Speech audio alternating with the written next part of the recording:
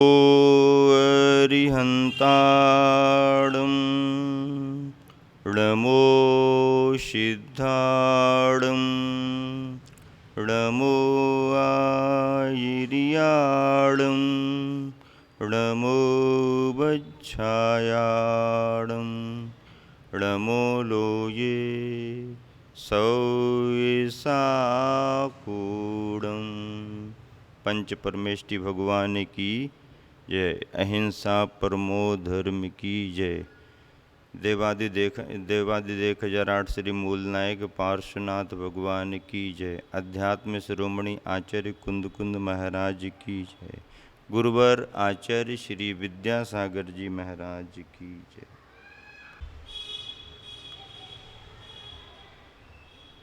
एक संत अपनी अंतर साधना करते हुए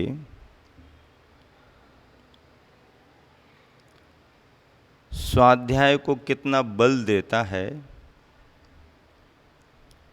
ये बात गुरुवर की जीवन यात्रा में समझ में आती है।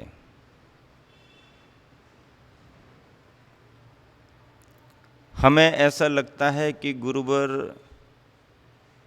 बाहर से बहुत कम बोलते हैं, मौन भी रहते हैं। बात ठीक है, लेकिन साधक बाहर से नहीं बोलता, इसका मतलब उनका तत्व चिंतन विचार मंथन नहीं चल रहा है, ऐसा भी नहीं है। विचार मंथन तो उनका निरंतर चलता रहता है, तर्क और वितर्क तो चलते ही रहते हैं। स्वयं में प्रश्नों का आना और उन प्रश्नों का समाधान खोजना संत के जीवन में अन्वेषण का क्रम चलता रहता है। संस्कृत और हिंदी के साहित्य में गुरुवर आचार्य श्री ने मूल आचार्यों के ग्रंथों के बहुत अनुवाद भी किए। कुंद कुंद वाङ्मय का तो पूरा अनुवाद कर दिया। समंतभद्र महाराज जी के साहित्य को, पूज्यपाद स्वामी के साहित्य को गुरुवर ने बहुत आत्मसात किया है।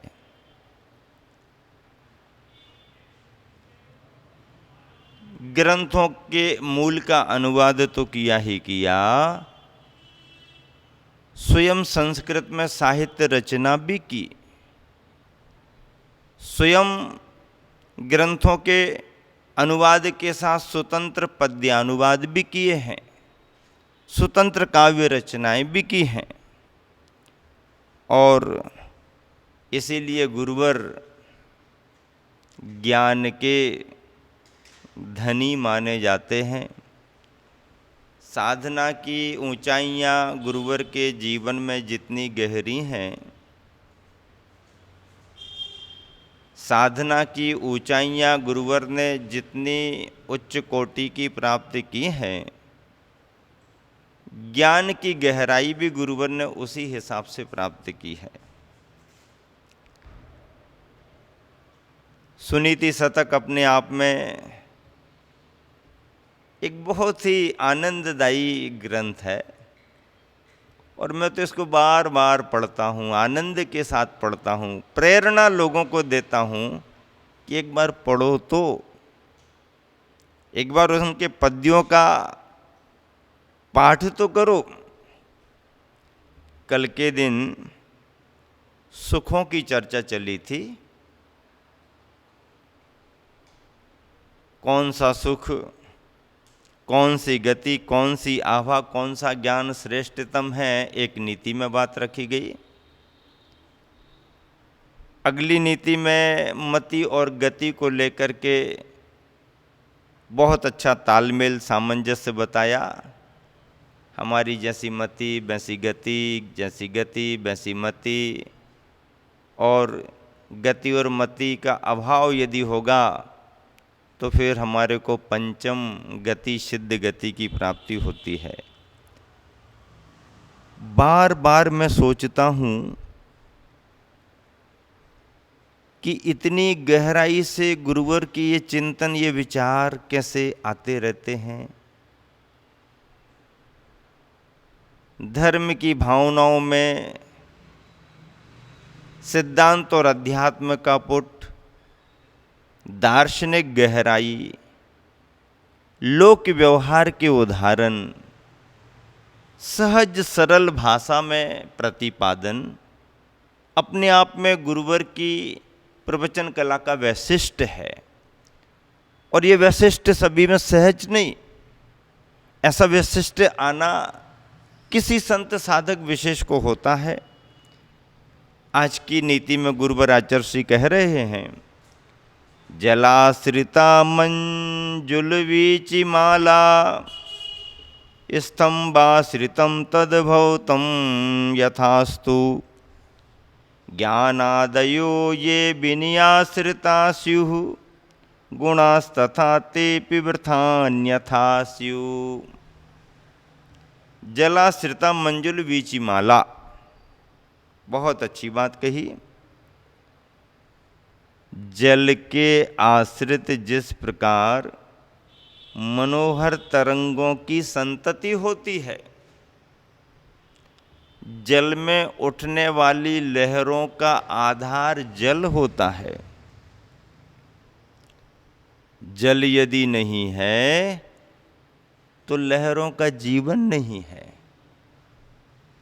लहरों का जीवन जल के माध्यम से ही है। जल है तो लहरों का जीवन है। लहर जल के बिना रह कैसे सकती है भाई?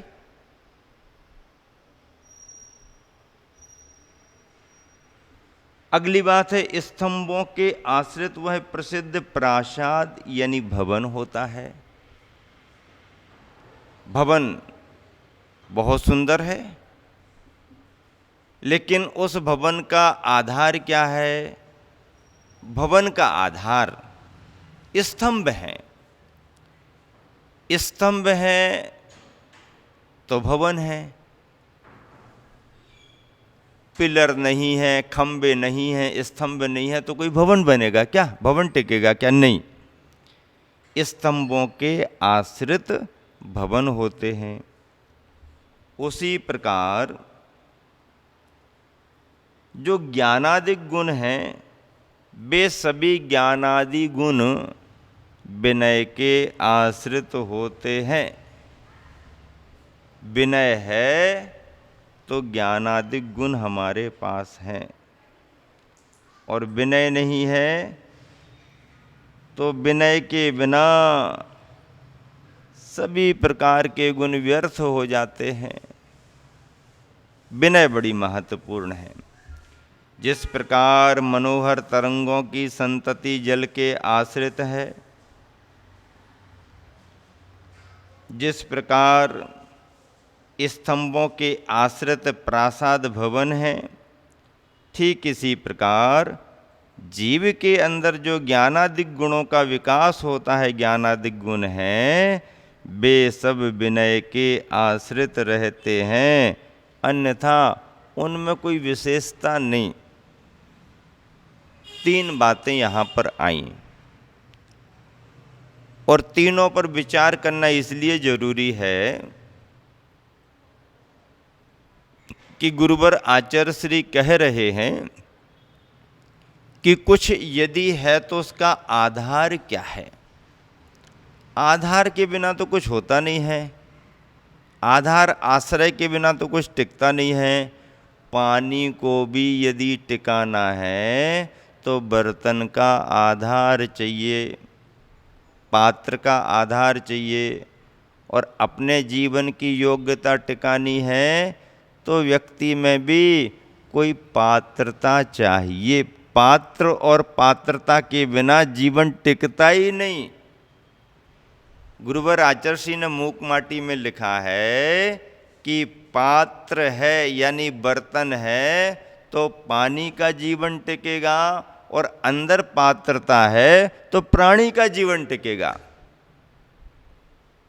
पात्रता के बिना किसी का जीवन टिकता नहीं। क्यों? क्योंकि सामान्य जीवन जीने वाले लोग तो बहुत होते हैं, पर योग्यता प्राप्त करें, योग्यता प्राप्त करके जीवन जिएं, विशेष गुणों का अर्जन करें, अपने गुणों को विकसित करें, बुराइयों को कम करें, अच्छाइयों को अपनाएं। यही तो व्यक्तित्व का विकास है। पर्सनालिटी डेवलपमेंट के चक्कर में तो बहुत लोग रहते हैं। पर्सनालिटी डेवलपमेंट करनी है तो फिर जिम जाएंगे, व्यायामशाला में जाएंगे, ये करेंगे वो करेंगे। अरे भैया, शरीर को स्वस्थ और सुंदर बनाने के लिए आप कितना प्रयास करते हो, फिर भी शरीर साथ नहीं देता। दिन रात प्रयास करते हो शरीर स्वस्थ रहे, शरीर सुंदर दिखे, लेकिन शरीर का कोई भरोसा नहीं। अरे भाई, तन की पर्सनालिटी के लिए इतने परेशान हो, कभी विचार किया मन की पर्सनालिटी डेवलप कैसे हो? मन का डेवलपमेंट कैसे करें? हम अपने जीवन व्यक्तित्व का विकास कैसे करें? व्यक्तित्व के विकास पर काउंसलिंग होती है। व्यक्तित्व कैरियर के लिए सभी लोग चिंतित रहते हैं। बच्चों को आज कैरियर की चिंता रहती है, उनको गाइडलाइन दी जाती है, उनको आगे बढ़ने के लिए टिप्स सूत्र दिए जाते हैं। काउंसलिंग होती है और काउंसलिंग करने वाले काउंसलर आते हैं और समझाते हैं, सिखाते हैं, समझाते सिखाते और अच्छी मोटी राशि लेकर के चले जाते हैं। क्यों? उनका तो धंधा है। लेकिन हमारे आचार्य महाराज क्या कह रहे? भैया, शरीर के लिए तन की पर्सनालिटी डेवलपमेंट में तो आपने बहुत समय लगा दिया। एक बार अपने मन और चेतन की पर्सनालिटी को आगे बढ़ाने में, उसके डेवलपमेंट में आप समय देना शुरू तो करो। मन की सुंदरता बनने पर तन अपने आप गौण हो जाता है। और तन कितना भी सुंदर क्यों ना हो और मन बुराइयों से भरा हुआ है, तो आदमी की बाहरी सुंदरता लंबे समय तक टिकती नहीं, टिकती नहीं। अभी रूपेश भाई आए हुए हैं, बहुत पुराने परिचितों में से हैं, फोटोग्राफी का काम करते हैं, छायांकन करते हैं, लेकिन गुरुवर की छाया में लगातार 7 महीना रह के आए, ऐसा बता रहे। अरे भाई, किसी सामान्य से व्यक्ति को गुरुवर की छाया में 6-7 महीना 7 महीना लगातार खजुराहो से लेकर के बीना वारह तक की इतनी लंबी यात्रा, पूरा चतुर्मास, पूरा विहार, 2-2 जगह के बड़े बड़े ललितपुर का पंचकल्याणक और सागर जैसे, खुरई जैसे बड़े बड़े कार्यक्रम मिल गए हों, फिर तो रूपेश ने वो भी देखा होगा कैसे गुरुवर ने बेतवा नदी के डैम को पार किया, वो भी देखा होगा, देखा होगा।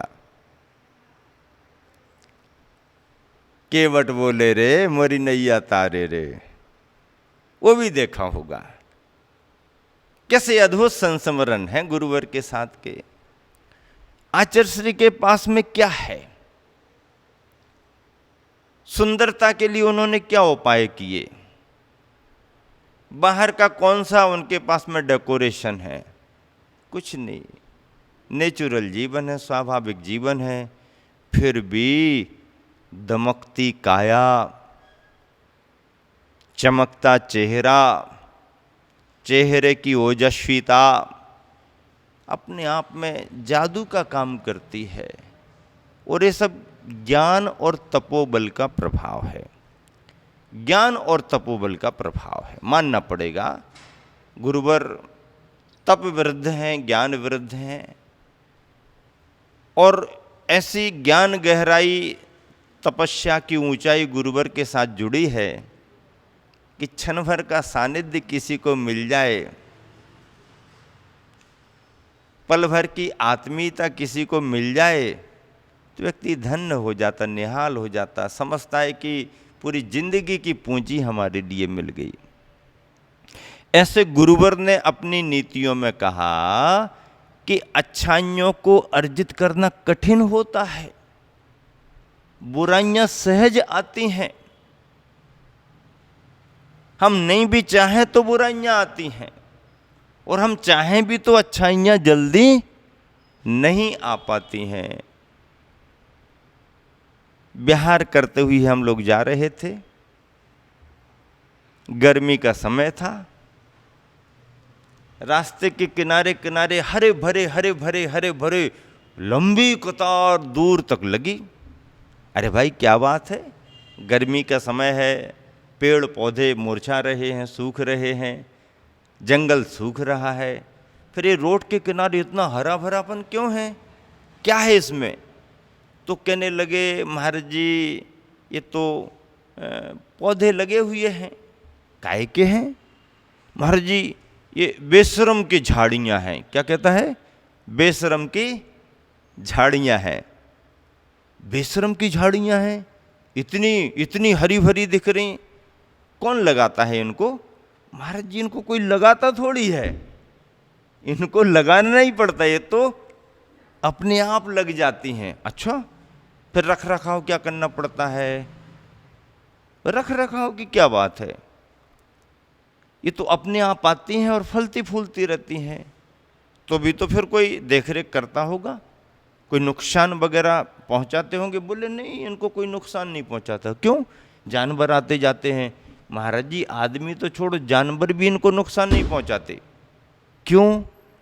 अरे ये तो यूं आती रहती हैं, और इनका स्वभाव महाराज जी ऐसा है, जब सारे पेड़ सूखने लगते हैं तो ये हरे भरे खुश होते हैं। अच्छा, बड़ा विरुद्ध स्वभाव है इनका तो। और दूसरी तरफ देखें तो सामान्य पौधे तो फिर भी लग जाते हैं, विशेष पौधे जल्दी नहीं लगते हैं। और उन सब पौधों में वनस्पति शास्त्र में यदि कोई चंदन का वृक्ष लगाना चाहे तो चंदन का वृक्ष कैसे लगता है मालूम है? जल्दी नहीं लगता है, लग जाए तो जल्दी बड़ा भी नहीं होता, जल्दी बड़ा होने लगे तो उसकी सुरक्षा बहुत करना पड़ती है। क्यों? क्योंकि 100-200 यदि चंदन के झाड़ लगाए जाएं, पौधे लगाए जाएं, तो बमुश्किल 25-50-100 उसमें उगते हैं, बड़े होते हैं। और यदि 150-200 में से 100 के आसपास थोड़ा सा आगे बढ़े हैं तो और बड़े होते होते और 25-50 कम हो जाते हैं, और बड़े होते होते और कम हो जाते हैं। बहुत मेहनत करना पड़ती है, रख रखाव बहुत करना पड़ता है, देख रेख बहुत करना पड़ती है, फिर भी चंदन के झाड़ जल्दी नहीं लगते। और यदि बड़े होने लगें और चंदन के रूप में बड़े झाड़ बन जाएं तो सुरक्षा की दृष्टि से देखें तो उनके पीछे भी चंदन को काटने वाले बीरप्पन लगे रहते हैं। उनकी भी नज़र रहती है कि झाड़ मोटा हो रहा है, कब निकालें रात में, क्योंकि अब मोटी कमाई हो जाएगी। कहने का आशय ये है कि चंदन के झाड़ों को लगाने के बाद भी लगते नहीं, बढ़ाने के बाद भी बढ़ते नहीं, और सुरक्षित रखने के बाद भी सुरक्षित रह पाए कोई गारंटी नहीं। पर 100-200 के बीच में 25-50 भी यदि लग गए तो समझो कि 100-200 की मेहनत उन 25-50 में निकल आती है। चंदन के वृक्षों का ये महत्व है। अच्छाइयाँ चंदन के वृक्ष की तरह होती हैं और बुराइयाँ बेशरम की झाड़ियों की तरह होती हैं। अच्छाइयों को अर्जित करने में समय लगता है, आते आते भी फिसल जाती हैं, आने के बाद भी बुराइयां अपना असर उन पर डाल देती हैं। लेकिन बुराइयों का तो साम्राज्य है ही, अनादि से है। बुराइयों को सीखने के लिए कोई कॉलेज नहीं खुलते हैं, बुराइयां सिखाने के लिए कोई डिग्रियां नहीं मिलती हैं। ये तो सहज जीवन से जुड़ी हुई होती हैं। बेशर्म की झाड़ियों की तरह बुराइयां सहज आती हैं और चंदन के वृक्ष की तरह अच्छाइयों को अर्जित करने में बहुत श्रम होता है। सबसे बड़ी बात यह है, बिना मेहनत के और बिना श्रम के जो झाड़ियां बुराइयों के रूप में आ रही हैं, इसलिए तो उनका नाम बेश्रम रख दिया है। बेश्रम कहने लगे हैं, लेकिन बेश्रम, श्रम के बिना आ रही हैं। तो जो श्रम के बिना काम होता है वो बेश्रम का ही काम होता है। श्रम के बिना जिसका काम होता है वो बेश्रम का काम होता है, और जो श्रम के साथ काम करता है वो लाज लज्जा विनय भावों के साथ काम करता है। गुरुवर आचार्य श्री ने दो बातें बताते हुए तीसरी बात में एक विशेष सार रखा है यहाँ पर नीति में। आचार्य श्री कह रहे हैं कि जल के बिना कभी जल की तरंगें बन नहीं सकती। पानी में लहरें उठेंगी तो पानी ही आधार बनेगा। जमीन पर लहरें तो आती नहीं हैं। जमीन पर कुछ लहराता हुआ देखे तो मृग मरीचिका हो सकती है, कुछ नहीं है। लहरें यदि उठ रही हैं तो उसका आधार पानी है। भवन यदि बना हुआ है तो उसका आधार खंबे हैं, नींव है। बिना नींव के कोई भवन टिकाऊ नहीं होता। देखने में सुंदर दिखे, देखने में बड़ा बड़ा दिखे, लेकिन यदि नींव मजबूत नहीं है, पिलर यदि उसमें अच्छे नहीं है, तो ताश के महल की तरह वो धराशाही हो जाता है। ताश के महल का क्या है? कुछ नहीं है। मजबूती होना जरूरी है। मैंने एक जगह पढ़ा था, किसी अच्छे विचारक ने लिखा कि अगर कहीं कोई ऊंचा पहाड़ पर्वत हो, अगर कहीं पर कोई ऊंचा पहाड़ पर्वत हो, तो निश्चित मान करके चलिए कि आसपास कोई गहरी नदी जरूर होगी। अगर कहीं पर कोई ऊंचा पहाड़ पर्वत हो तो निश्चित मान करके चलिए कि उसके आसपास कहीं कोई गहरी नदी जरूर होगी, क्योंकि गहराई को पाए बगैर ऊंचाई को पाया ही नहीं जाता। गहराई को पाए बगैर ऊंचाई को पाया ही नहीं जा सकता। ऊंचाई गहराई से ही पाई जाती है, और जो गहराई से ऊंचाई पाई जाती है वही ऊंचाई टिकाऊ भी होती है। बड़े बड़े पेड़ दिखाई देते हैं,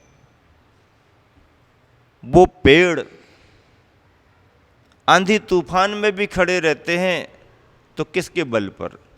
उनकी जड़ें बहुत गहरे तक बहुत मजबूती के साथ रहती हैं, तभी उन वृक्षों की उतनी ऊंचाई टिकती है। बड़ी बड़ी बिल्डिंगें बन जाती हैं, मंजिल पर मंजिल, मंजिल पर मंजिल, 25, 30, 40, 50, 60, 70, 80, 100 मंजिलों की बिल्डिंगें देश दुनिया में बन रही हैं।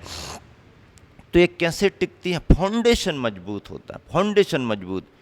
जब कुंडलपुर के बड़े बाबा के मंदिर बनने की बात चल रही थी, गुरुवर आचार्य श्री के पास में इंजीनियर वगैरह सब विचार विमर्श कर रहे थे, तो गुरुवर बार बार इसी पर जोर दे रहे थे कि जितनी आप ऊंचाई की बात कर रहे हो, जितनी ऊंचाई पर ले जाने की बात कर रहे हो, उसके अनुपात से गहराई भी वैसी ही होनी चाहिए, क्योंकि फाउंडेशन मजबूत होना चाहिए। और जो वर्तमान में स्वरूप कुंडलपुर के बड़े बाबा के मंदिर का बनता जा रहा है, तो आपको मालूम नहीं है, बाहर का दिखाई दे रहा, लेकिन उस पहाड़ के अंदर कितनी मजबूती के साथ अंदर कितना कितना मटेरियल असली ओरिजिनल पक्का पक्का करके डाला गया है, ड्रिल कर करके अंदर अंदर अंदर अंदर तक कितना मजबूत किया है। पहाड़ में बहुत मजबूती आ गई और उसके बाद ही ये सारा काम शुरू हुआ है। आज ऊंचाई तो हमारे तुम्हारे को दिख रही है, उसकी गहराई कहाँ दिख पाती है। गहराई छिपी रहती है। सफलताएं ऊंचाई को लेकर के दिखाई देती हैं, लेकिन उस सफलता का आधार गहराई और नींव बन करके काम करती है। जिसकी नींव जितनी मजबूत होती है, उसका प्रासाद भवन, उसके जीवन का मंदिर उतना ही मजबूत रहता है। बड़े बाबा का मंदिर छोटे बाबा का मंदिर थोड़ी है। छोटे बाबा के लिए मंदिर की जरूरत भी नहीं है। छोटे बाबा को तो इतने सारे मंदिर हैं, जिस मंदिर में बैठे छोटे बाबा वही मंदिर उनका है। तो छोटे बाबा का कोई मंदिर नहीं है, मंदिर तो बड़े बाबा का है। और जब बड़े बाबा के मंदिर की बात आती है, तो फिर बड़े बाबा का मंदिर भी तो बड़े बाबा के अनुरूप ही होना चाहिए ना।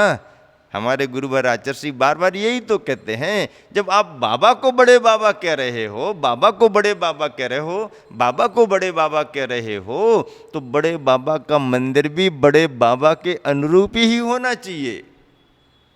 स्थितियां ये देखने में आती थी, 40-50 आदमी नहीं बैठ पाते थे। पूजा विधान कोई करे तो कैसे करे।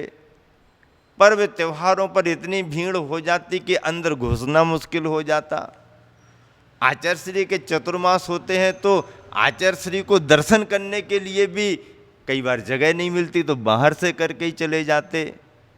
लाड़ू चढ़ाने को लोग आते हैं तो हजारों की संख्या में भीड़ होती थी, और लाड़ू चढ़ाने में अंदर जाकर के लोग सुबह 6 बजे से लाइन लगाएं तो 12-1 बजे तक नंबर लगता था। बहुत असुविधाएं भी होती थीं। लोगों को पूजा पाठ करने में पूरा स्थान नहीं मिलता था। भूकंप से प्रभावित मंदिर हो गया था, पहाड़ पर सामने से क्षरण हो रहा था। ऐसी अवस्था में गुरुवर ने कहा कि मंदिर की दीवारें महत्वपूर्ण नहीं है, दीवालों के अंदर बैठे हुए भगवान महत्वपूर्ण है। महत्वपूर्ण क्या है बोलो भाई, आप सब जानते ना, बोलो महत्वपूर्ण क्या है। महत्वपूर्ण दीवाल होती है या महत्वपूर्ण प्रतिमा होती है, भगवान होते हैं। दीवाल पर कुछ लिखा हो, कोई शिलालेख हो, कोई प्रशस्ति हो, कोई शिल्प कला हो पुरानी, तो दीवाल का भी महत्व हो सकता है। अरे भाई प्रशस्ति लिखी है, शिलालेख लिखा है, प्रशस्ति शिलालेख लिखा है, तो उसे भी सुरक्षित रखते हैं, वह भी हमारी धरोहर है।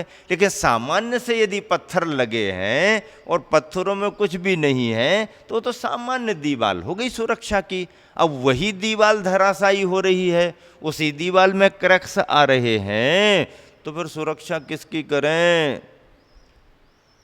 उन कमजोर दीवालों को ही खड़े करके रखे रहें, या अंदर प्रतिमा को कोई क्षति ना हो जाए उसकी सुरक्षा की चिंता करें। गुरुवर ने मार्गदर्शन दिया कि यहाँ जो भी किया जाएगा अच्छे के लिए किया जाएगा, और इससे अच्छा ही होगा, सबके लिए किया जाएगा। और ऐसा करते हुए कमेटी ने जो तय किया, कोई गुरु कोई मुनि काम नहीं कराते, काम तो कमेटियां करती हैं। गुरुओं का तो आशीर्वाद और मार्गदर्शन होता है। सो आज की बात थोड़ी है, इतिहास और परंपराएं कह रही हैं कि बड़े बड़े जितने भी जो भी कार्य हुए हैं किसी मुनि आचार्य के निर्देशन में ही हुए हैं।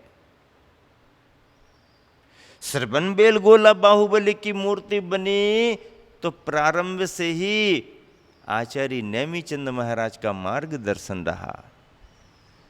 इस शिलाखंड को तराशो, इस मुहूर्त में तराशो, इस तरीके से तराशो, ऐसा निशान लगाओ, ऐसा करो, वैसा करो, ये करो, वो करो।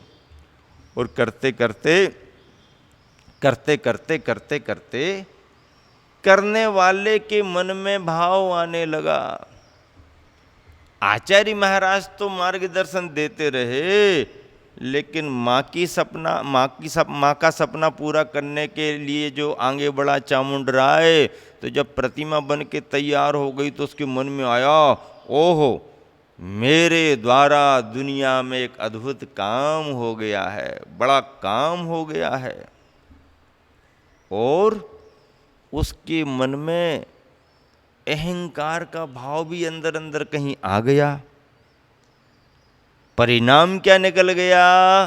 परिणाम ये निकल गया, प्रतिमा तो बन गई, लेकिन प्रतिमा का अतिशय देखने को नहीं मिल रहा। सब लोग अभिषेक देखने के लिए लालायत हैं, उत्सुक हैं, और चामुंडराय के कलश पर कलश जा रहे हैं, लेकिन मूर्ति का अभिषेक पूरा नहीं हो पा रहा। भावों का खेल था। और जब अंदर का भाव अहंकार में आ गया तो ऐसे ही अवरोध, ऐसी ही बाधाएं आती हैं। फिर जब विनम्रता की, श्रद्धा की लुटिया एक ऊपर पहुंचती है, तो छोटी सी लुटिया ने कमाल कर दिया। छोटी सी लुटिया ने चामुंडराय के बड़े बड़े कलशों को फीका कर दिया। अहंकार पर विनय की विजय हुई, श्रद्धा की विजय हुई। धर्म तो श्रद्धा से शुरू होता है। अहंकार का भाव तो धर्म के मार्ग में बाधक बनता है।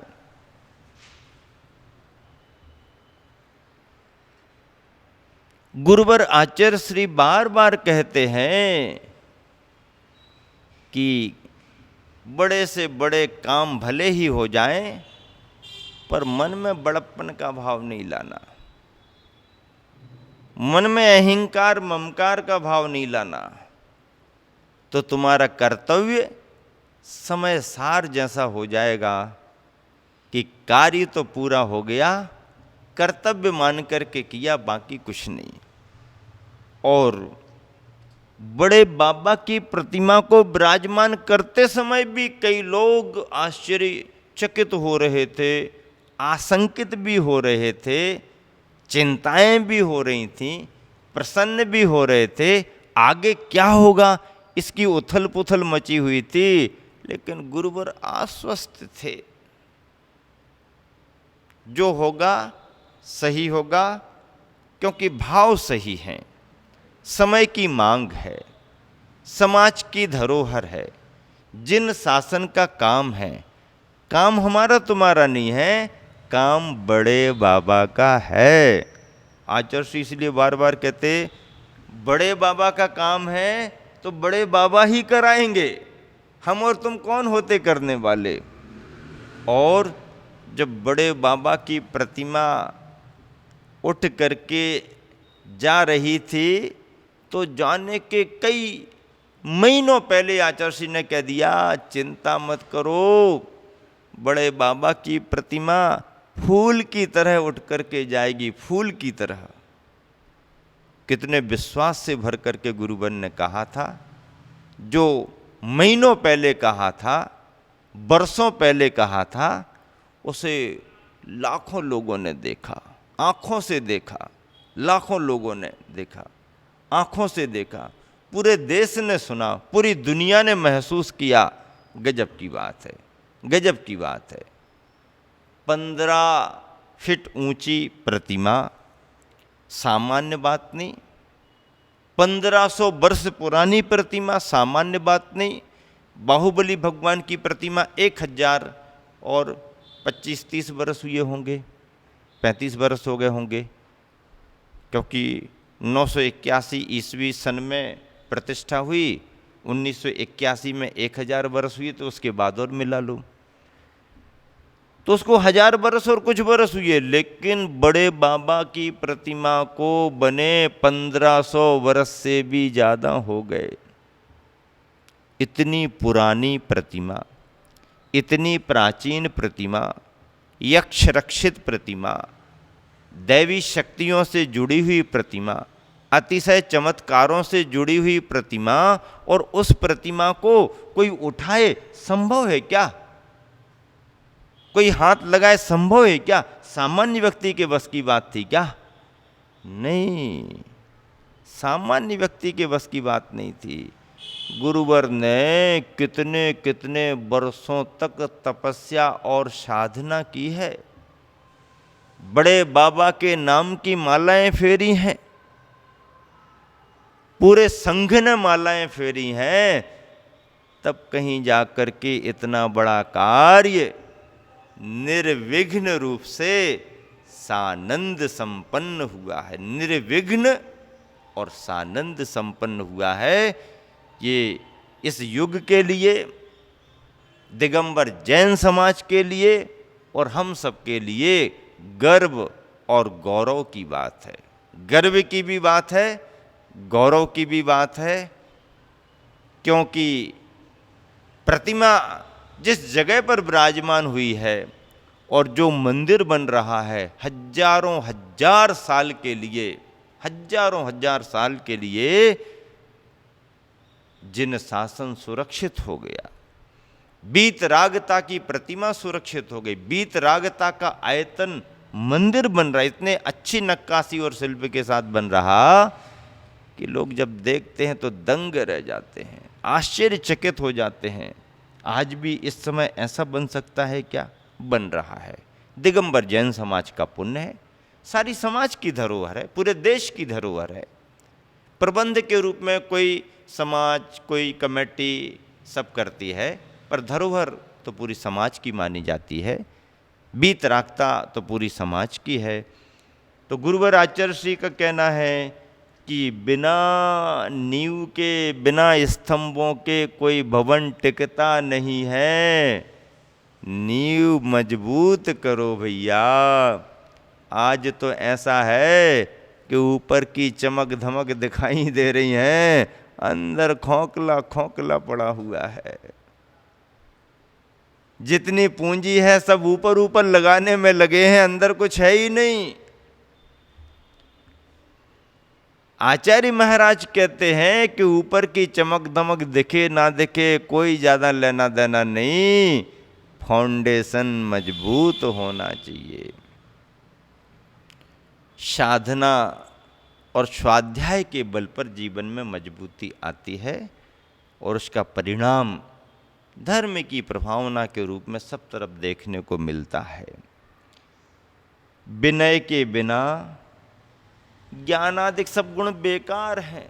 खूब ज्ञान हो गया, खूब ज्ञान हो गया, सारे ग्रंथ कंठस्थ हो गए, पांडित्य का कोई पार नहीं है, विद्वता जिह्वा पर बस रही है, बोलना शुरू करें तो लोग दंग रह जाएं। अरे हमारे तुम्हारे को कितना होगा, हमारे तुम्हारे से बड़े बड़े और एक्सपर्ट हैं, बड़े बड़े हैं दुनिया को प्रभावित करने वाले लोग। क्या है, कितने भी गुण क्यों ना आ जाएं, वाणी की कला आ जाए, विभिन्न कलाएं आ जाएं, हर क्षेत्र में एक्सपर्ट आप हो जाएं, हर क्षेत्र में दक्षता आप प्राप्त कर लें, सब संभव है, सब ठीक है। लेकिन सभी गुण और कलाओं को प्राप्त करने के बावजूद भी यदि आपके जीवन में विनय नम्रता नहीं आई तो गुरुवर आचार्य श्री कह रहे हैं तुम्हारी सारे गुण, सारी विशेषताएं बेकार हैं, बेकार, बेकार कर व्यर्थ हैं। विनय गुण का महत्व बहुत है। मूलाचार में आचार्य भट्टकेर स्वामी ने लिखा, विनय मोक्ष द्वारम, विनय मोक्ष का द्वार है। विनय को तपों में, अंतरंग तप में लिया गया है। विनय को 10 धर्मों में मार्दव धर्म के रूप में स्वीकार किया गया है और विनय संपन्नता को 16 कारण भावनाओं में भी स्थान दिया गया है। देखो विनय का महत्व कहाँ कहाँ है। 10 धर्मों की बात करें तो मार्दव धर्म आ रहा है, तपों की बात करें तो अंतरंग तप में प्रायश्चित विनय यहीं से शुरू हो गया और 16 कारण भावनाएं जो तीर्थंकर प्रकृति के बंध में कारण बनती हैं, उन 16 कारण भावनाओं में विनय अपने आप में एक गुण माना गया है, एक भावना मानी गई है। विनय, परिणामों की नम्रता। तत्वार्थ सूत्र में आचार्य उमा स्वामी महाराज ने लिखा कि नीचैर वृत्ति ही, अपन अपने मन में परिणामों में नम्रता की दृष्टि रखें, अपन अपने परिणामों में, भावों में विनम्रता की दृष्टि रखें तो हमारे को उच्च गोत्र का बंध होता है। देखो, विनय का भाव रखा, विनय के परिणाम रखे और उस विनय के परिणाम से उच्च गोत्र का बंध हो रहा।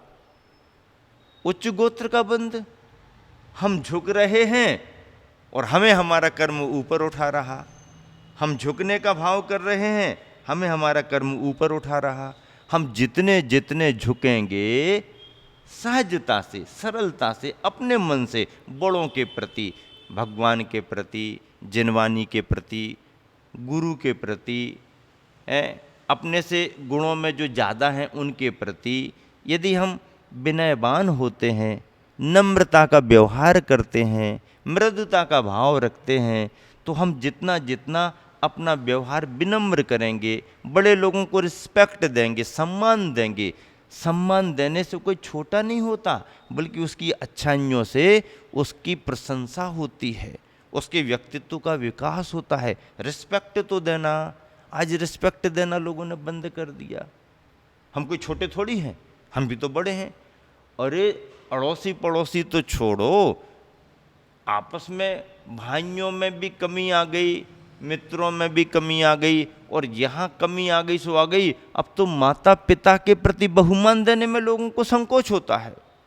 माता पिता, अरे क्या समझ रखा तुमने, देश का प्राइम मिनिस्टर इतने बड़े बहुमत के साथ इतनी जीत अर्जित करते हुए अपनी माँ के चरणों में जाकर के झुक रहा, फोटो तो देखो, क्या परिणाम आ रहे होंगे उसके मन में।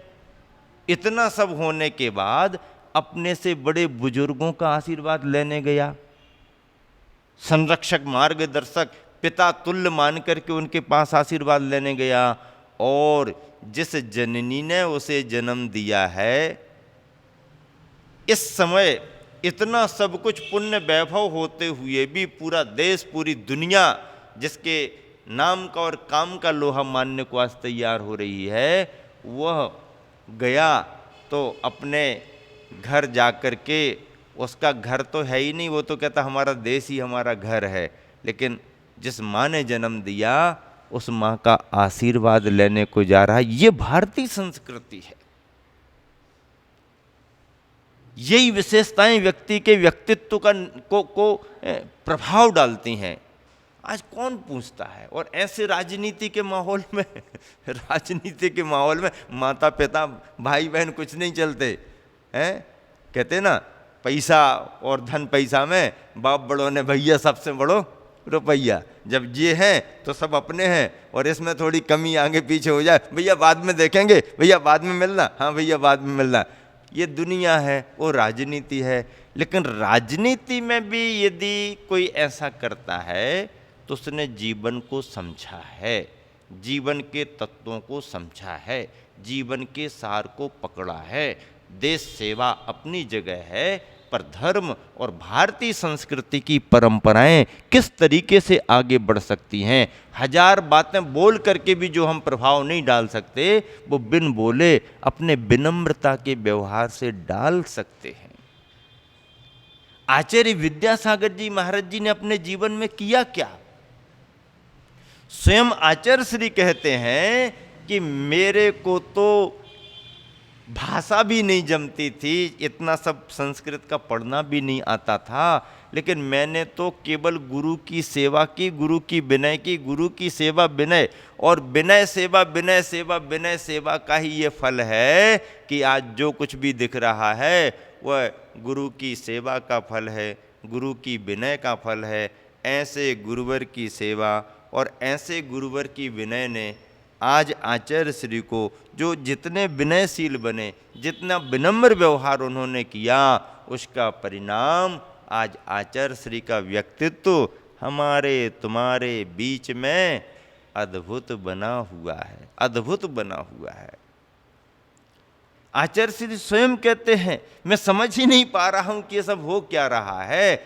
वो समझ नहीं पा रहे हैं, ये बात अलग है। वो समझ रहे हैं कि ये क्यों हो रहा है, और वो ये भी समझ रहे हैं यह सब गुरुवर के प्रति जो उन्होंने अपनी सेवा की थी और जो उन्होंने अपने गुरु के प्रति विनय की थी, उसका परिणाम आज गुरुवर को इतना विराट व्यक्तित्व मिल रहा है।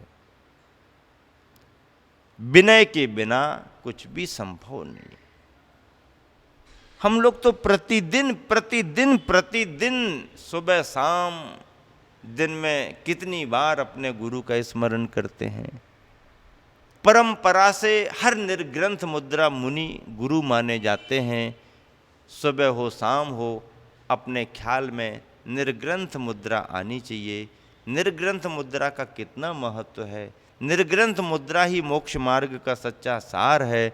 और फिर इन सभी मुद्राओं के साथ अपने गुरु का स्मरण करें तो आनंद की अनुभूति बहुत अच्छे तरह की होती है। ये सब विनय गुण में ही समाहित होते हैं। खूब योग्यता प्राप्त कर लो, खूब बड़े से बड़े काम कर लो, खूब पब्लिसिटी हो जाए, खूब बड़े बड़े कार्यक्रम कर लो, देश दुनिया को खूब प्रभावित कर लो, सब ठीक है। पुण्य के योग से सब हो जाता है। कुछ कम ज़्यादा भी हो जाए तो कोई फर्क नहीं पड़ता है। लेकिन यदि परिणामों में नम्रता नहीं है, परिणामों में विनय का भाव नहीं है, तो उस विनय के अभाव में वो सब फीका फीका ही होगा, फीका फीका ही होगा, फीका ही फीका होगा। क्यों? क्योंकि मिठास तो विनय और नम्रता से ही आती है। स्थायी प्रभाव तो विनय और नम्रता से ही बनता है। गुरुवर देखो पद्यानुवाद में कितना अच्छा लिख रहे हैं। जल बिन कब हो जल में उठती लहरें जल के आश्रित हो। जल बिन कब हो जल में उठती लहरें जल के आश्रित हो। गगन चूमता भवन बना है स्तंभों पर आधारित हो। गगन चूमता भवन बना है स्तंभों पर आधारित हो। उत्तम तम गुण ज्ञानादिक भी, उत्तम तम गुण ज्ञानादिक भी विनयाश्रित हैं शोभित हैं। विनय के आश्रित हैं, शोभित हैं। बिना विनय के वृथा सभी गुण इस विद मुनि संबोधित हैं। इस विद मुनि संबोधित हैं। मुनियों का संबोधन, आचार्यों का संबोधन, गणधरों का संबोधन इस रूप में हमारे को मिला है कि विनय गुण के बिना सारे गुण शोभा को प्राप्त नहीं होते। और यदि विनय आ गई तो बाकी ज़्यादा गुण ना भी हों तो भी शोभा को प्राप्त हो जाते हैं। अगली नीति है गुरुवर की। आचार्य जी लिख रहे हैं अजेय सेनापि बिना न राज्ञा राजा किरीटेन बिना न भातु। बहुत बढ़िया, बहुत अच्छी बात कही। दोनों ही पदों में इतना भाव सारांश आ गया। अजेय सेनापि बिना न राज्ञा राजा किरीटेन बिना न भातु। न्यूना गुणास्ते विनयेन सर्वे न भान्तु तस्माद् विनया सताप्तः। बहुत ही अच्छा। अजेय सेना भी राजा के बिना शोभित नहीं होती, शोभित भी नहीं होती और सुरक्षित भी नहीं रहती। सेना मजबूत क्यों ना हो, अजेय भी क्यों ना हो, लेकिन राजा यदि नहीं है तो सेना की शोभा नहीं और सेना की सुरक्षा भी नहीं। तो सेना की शोभा राजा के रहने पर ही होती है। सेना थोड़ी कमजोर भी हो तो चल जाएगा, राजा होना चाहिए, स्वामी मालिक होना चाहिए। एक बात। दूसरी बात क्या है? राजा भी मुकुट के बिना शोभा को प्राप्त नहीं होता। राजा भी मुकुट के बिना, कुछ कमी हो जाए तो दूसरों में कमी हो जाए, पर सिंहासन पर बैठेंगे तो मुकुट तो लगाना ही पड़ेगा। हार मत पहनो तो भी चलेगा, कड़ा कंगन नहीं पहनो तो भी चलेगा, कुंडल भी ना पहने हो तो भी चल सकता है, बढ़िया पोशाक ड्रेस ना हो तो भी चलेगा, लेकिन राजा की मान्यता तो सिंहासन पर मुकुट पहनने से ही होती है। बिना मुकुट के राजा शोभित नहीं होता। महाराजा को मुकुट की जरूरत नहीं है और राजा बिना मुकुट के शोभित नहीं होता। जैन परंपरा का इतिहास है कि अंतिम मुकुटबद्ध राजाओं में सम्राट चंद्रगुप्त हुए, जो परंपरा उनके समय तक मुकुट धारण करा के संपूर्ण अखंड साम्राज्य की घोषणा होती थी, तो वह परंपरा परिपाटी कहाँ तक चली? चंद्रगुप्त तक चली। तिलोय पन्नति ग्रंथ में आचार्य यतिवृषभ महाराज जी ने लिखा कि मुकुटबद्ध राजाओं में अंतिम राजा चंद्रगुप्त ही हुआ। उसके बाद मुकुट रख करके अभिषेक करके अखंड साम्राज्य की परंपरा फिर नहीं बनी। अंतिम राजा चंद्रगुप्त हुआ।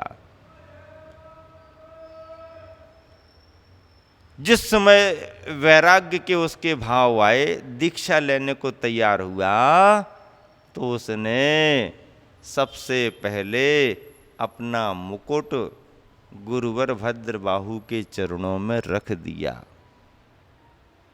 आभरण आभूषण उतार दिए, निर्ग्रंथ मुनि दीक्षा ले ली। क्योंकि दीक्षा के समय तो यह होता ही होता है, राजा निकलता है, मुकुट से उसकी शोभा बनती है, सम्मान उसका माना जाता है, हाथी पर सवार होकर के जाता है, समोसरण में तैयार होकर जाता। लेकिन जाते जाते जैसे ही समोसरण की सीमा के निकट पहुंचते हैं राजा, फिर उतर पड़ते हैं हाथी से नीचे और चलो भाई मुकुट निकाल करके अलग कर दो। क्यों? क्योंकि अब भगवान के चरणों में पहुंच रहे हैं, गुरु के चरणों में पहुंच रहे हैं।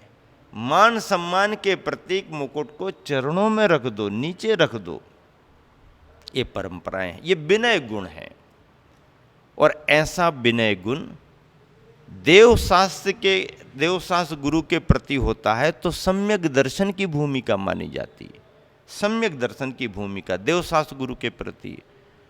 और यदि धर्म से हट करके बात करें तो अपने बड़ों के प्रति उपचार विनय में, विनय 4 प्रकार की होती। ज्ञान दर्शन चारित्रोपचारा, ज्ञान दर्शन चारित्र उनके धारियों की विनय, और फिर उपचार विनय में बंधु वर्ग के प्रति, अपने से बड़ों के प्रति, अपने से ज़्यादा गुणियों के प्रति और माता पिता के प्रति विनय का भाव, आदर का भाव होना ही चाहिए। ऐसा करने से कोई छोटा नहीं होता है, बल्कि उसका व्यक्तित्व बढ़ता है। क्षत्रिय पुत्र राजाओं के बेटे भी क्यों ना हो, गुरुकुलों में शिक्षा लेने को जाते तो यही कहा जाता कि पहले गुरुओं के प्रति विनय सीखो, फिर आगे की शिक्षा दी जाएगी। विनय की परीक्षा होती है, बुद्धि की परीक्षा होती है, विनय की परीक्षा होती है, फिर शिष्यों के लिए ज्ञान अभ्यास कराया जाता है। तो मुकुट के बिना राजा की शोभा नहीं होती। विनयेन न्यूना सर्वे गुणा न भांतु ते विनय से रहित प्रसिद्ध सभी गुण भी शोभा को प्राप्त नहीं होते। तस्मात् इसलिए सता सज्जन संतों के द्वारा विनय आपतः विनय की प्रशंसा की जाती है, विनय को प्राप्त किया जाता है। गुरुवर आचार्य श्री ने इन दोनों नीतियों में बहुत अच्छी बातें इस रूप में बताई जो धर्म और अध्यात्म के पहलुओं को तो उजागर करती ही करती है, व्यवहारिक रूप में समाज शास्त्र और पारिवारिक व्यवस्थाओं को भी महत्व देती हैं, क्योंकि गुरुवर स्वयं इन सभी चीज़ों को व्यवहार के क्षेत्र में महसूस करते हैं। और जब कभी भी देखो हम लोग स्वाध्याय करते हैं तो जिनवानी की विनय कितनी करते हैं, उच्च स्थान पर विराजमान करते हैं। स्वाध्याय करने के पहले मंगलाचरण करते हुए श्रुत भक्ति का कायोत्सर्ग करते हैं। फिर जिन गुरुओं की कृपा से ये ज्ञान यहाँ तक आया है, ऐसे गुरुओं की आचार्य भक्ति करते हुए फिर स्वाध्याय प्रारंभ करने के लिए मंगलाचरण करते हैं। स्वाध्याय जब संपन्न हो जाता है तो जिनवानी की विनय करते हुए फिर एक कायोत्सर्ग करते हैं। इतनी विनय के साथ, इतने कायोत्सर्ग के साथ, ऐसे संकल्प के साथ, शुद्धि के साथ, पवित्रता के वातावरण में जो स्वाध्याय किया जाता है वो मन को आनंददायी होता है, अशुभ कर्मों का क्षय करता है, साथ ही से पुण्य का आश्रय करता है। इस भव में तो यश मिलता ही मिलता है भव्यात्मा के लिए, पर भव में भी यश मिलता है और परंपरा से मुक्ति की प्राप्ति में भी कारण बनता है। ऐसे नीतियों में गुरुवर ने पद्यानुवाद में लिखा है, शक्तिशालिनी सेना की भी राजा से ही शोभा है। कितने बढ़िया पद्य लिखे गुरुवर ने। शक्तिशालिनी सेना की भी राजा से ही शोभा है, मस्तक पर वर मुकुट शोभता राजा की भी शोभा है। नहीं शोभता बिना विनय के गुणगण का जो निलय बना, नहीं शोभता बिना विनय के गुणगण का जो निलय बना।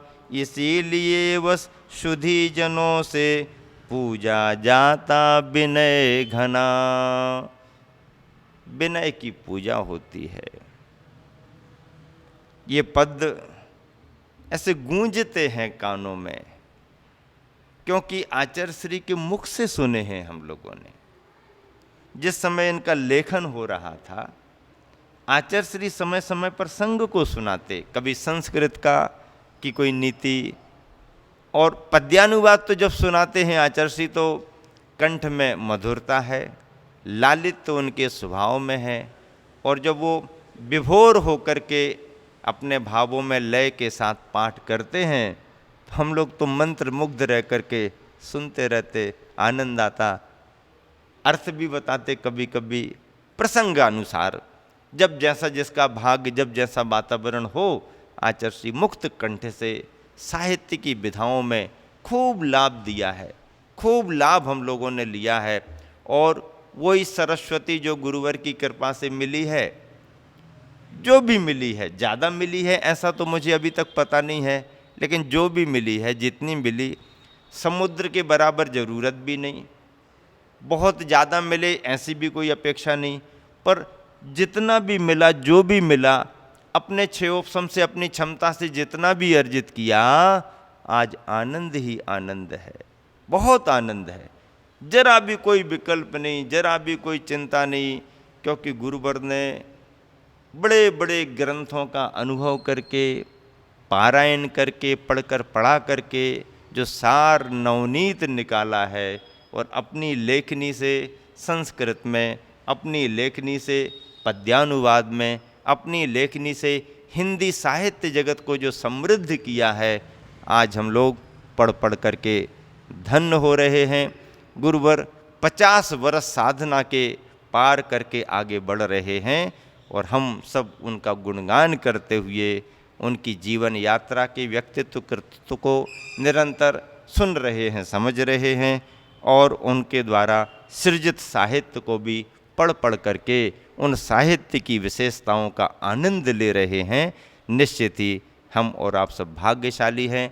ऐसी ये पंक्तियाँ, एक एक पंक्तियाँ हम सबको आह्लादित करती हैं, प्रसन्न करती हैं, जहाँ लौकिकता के बड़ी बड़ी बातें होती हैं, जहाँ पर भीड़ भाड़ की दुनिया अपना प्रभाव दिखाती है, वहाँ पर गुरुवर का साहित्य, वहाँ पर गुरुवर की नीतियाँ, वहाँ पर गुरुवर के विचार, वहाँ पर गुरुवर की विधा अपने आप में चमक धमक की दुनिया से अलग हो कर के भी जो असर डाल रही है, जो प्रभाव डाल रही है, जो प्रशांत और अध्यात्म का संस्कार दे रही है, आचरण की बुलंदियाँ जो हम सबके लिए नित्य नित्य प्रेरणादायी हो रही हैं, हम सब धन्य हैं। और मैंने तो इसीलिए विशेष रूप से मन बना करके सुनीति शतक को रखा है, क्योंकि इसमें सब तरह की नीतियाँ हैं, सरल से सरल बातें भी हैं, धर्म और अध्यात्म की बातें भी हैं, ऐसे सारे विचार, ऐसी प्रेरणाएं सामान्य से सामान्य श्रोता को भी अच्छे लगते हैं और विशेष विशेष विद्वान को भी अच्छे लगते हैं, वृत्तियों को भी अच्छे लगते हैं। तभी तो इसका मैं और ज़्यादा प्रचार प्रसार तो नहीं, लेकिन सबके बीच में रख रहा हूँ।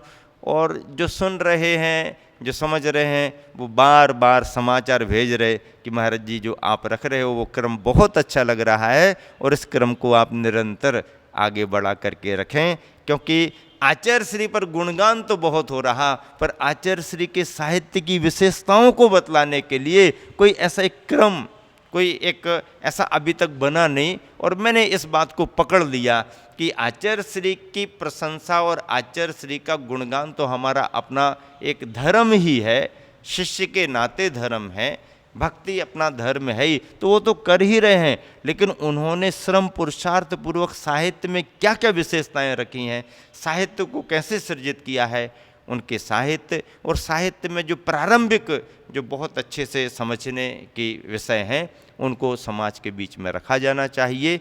इसलिए इस सुनीति शतक को मैंने माध्यम बनाया है और आप सब निरंतर एक लंबे क्रम से 2 साल से लगभग इन सभी बातों को सुन रहे हो। गुरुवर की ज्ञान गहराई एक एक श्लोक में अपने आप समझ में आती है।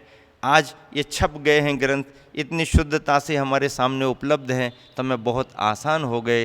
लेकिन आचार्य श्री ने कैसे इस साहित्य को सृजित किया होगा, कैसे ये तैयार हुए, और आज गुरुवर की कृपा से हम सबके सामने ये अनमोल धरोहर है, जिनवानी की धरोहर है, जिसका जितना रसपान किया जाए उतना ही कम है। और यह निरंतर हम सबको, आप सबको मिलता रहे, इसी शुभ भावना के साथ समय को देख करके विराम दे रहा हूँ। महावीर भगवान की जय।